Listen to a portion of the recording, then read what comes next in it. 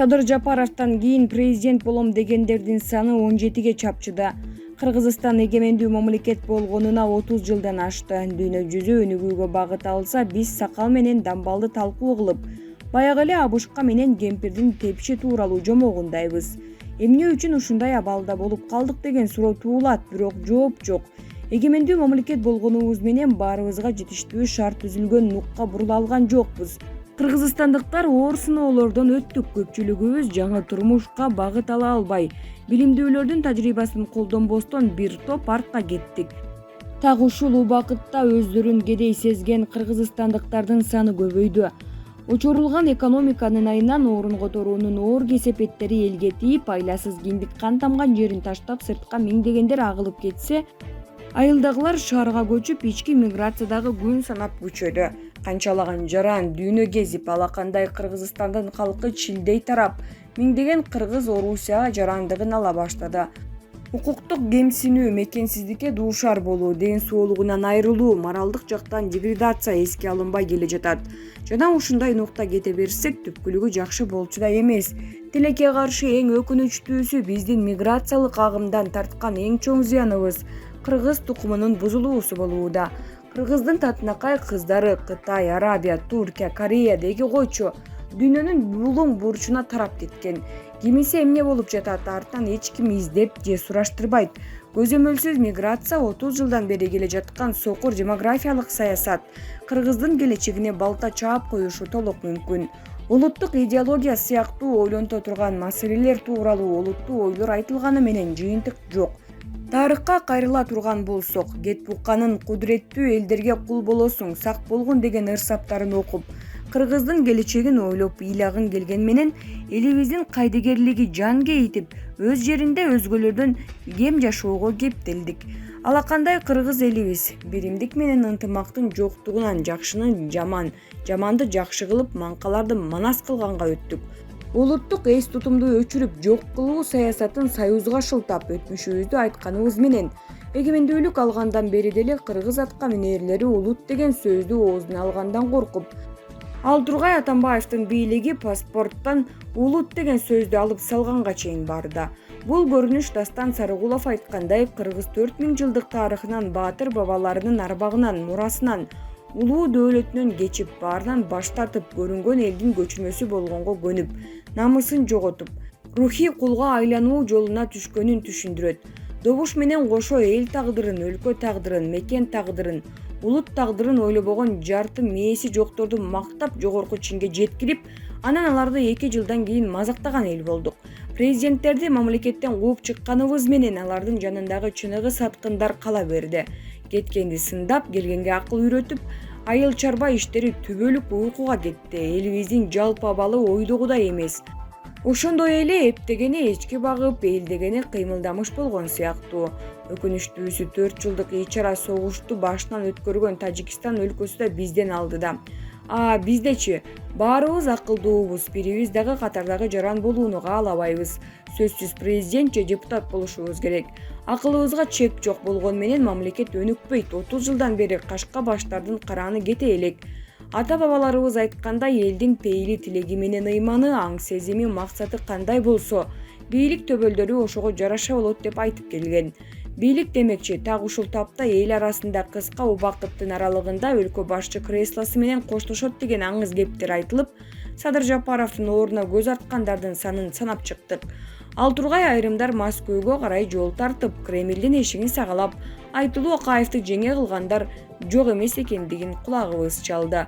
Бизге жеткен маалыматтарга караганда, келерки президенттикке талапкерлер төмөндөгүлөр: Бекболот Талгарбеков, Темир Сариев, Каныбек Иманалиев, Мелис Мырзахматов, Сапар Исаков, Адахан Мадумаров, Өмүрбек Бабанов, Бектур Асанов, Канатбек Исаев, Абдил Сегизбаев, Улукбек Кочкоров, Бакытбек Райымкулов, Жеңишбек Молдокматов, Марлен Маматалиев, Ахматбек Гелдибеков, Алтынбек Сулайманов, Бакыт Төрөбаев. Мына ушундай. Ошентип ойгу кыйкы мамлекеттин башынан баштап, Ал Тургай ара жолду таштап кете берген Акаевдин доорунан кийинки бардак мамлекетте дагы деле улантылып жатат.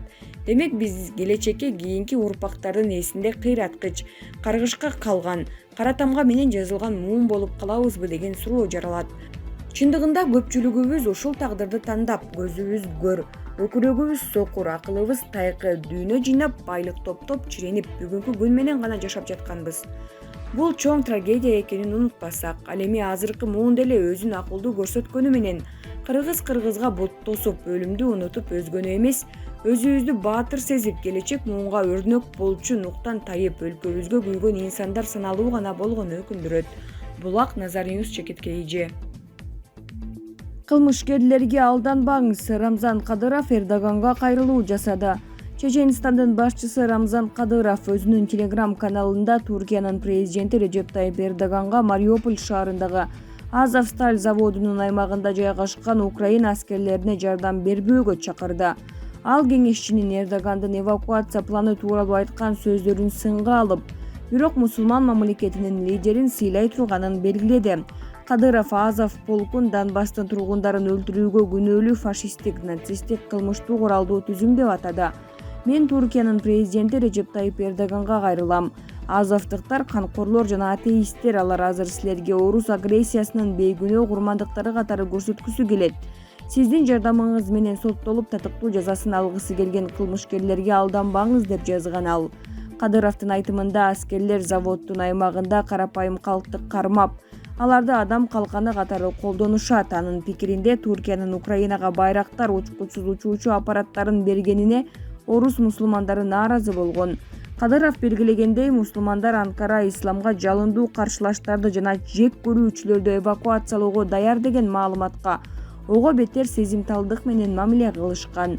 Белгилей кетсек, буга чейин Туркия Азовсталь заводунан жарадар болгон Украина аскерлерин эвакуациялоо үчүн кеме жөнөтүүнү сунуштаган. Туркия президентинин кеңешчиси Ибрагим Калындын айтымында, план боюнча жарадар болгон аскерлер Бердянскка жеткирилип, ал жерден түрк кемеси менен Стамбулга жеткирилет. Булак, Назар Ньюс, Чекиткеиджи.